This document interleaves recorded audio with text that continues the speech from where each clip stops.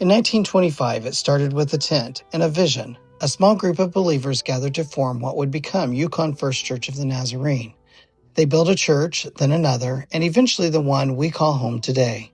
Through each foundation laid and every wall raised, God's faithfulness has remained the cornerstone.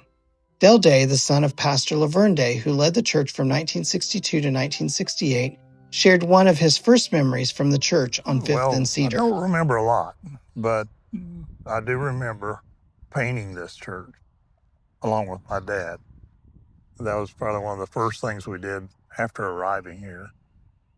And the thing I really sort of remember is hanging on a rope and painting the steeple of this church. And I remember I would use the brush and it would push me away from the wall, and I'd come back and use it again, and occasionally the wind would blow me to the other side. So it took a while to do this. Geneva and Marilyn Stark, wife and daughter of Reverend James Stark, who pastored here from 1959 to 1962, joined us to reflect on their time here. With warmth and grace, they offered heartfelt words of encouragement and shared their hope for the next 100 years. Actually, on one side, I think the church organizational program is a good firm one.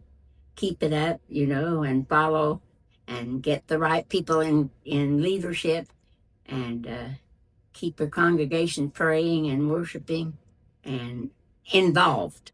In a lot of churches today, people aren't involved, but we need to feel like we are part of what is getting done, and it's up to us to help others. So we need to do all that we can. Keep doing the next right thing. I mean, that's what I would say, is keep doing the next right thing. We have to be involved in our communities. We have to be involved in people's lives.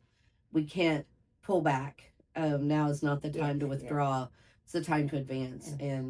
And each church needs to figure out what their calling is. We're called to evangelize. We're called to take the gospel to people. Yes, and that's what we need to be doing. Yes. And we've talked often about, it's 60 plus years since we were started with Yukon Church of the Nazarene, and Mom marvels at where we've come from 5th and Cedar to here.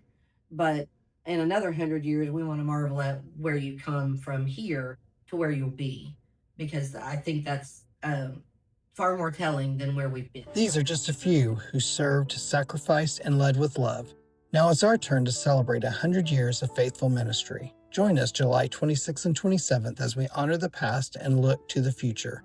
This is Yukon First Church, and you are part of the story.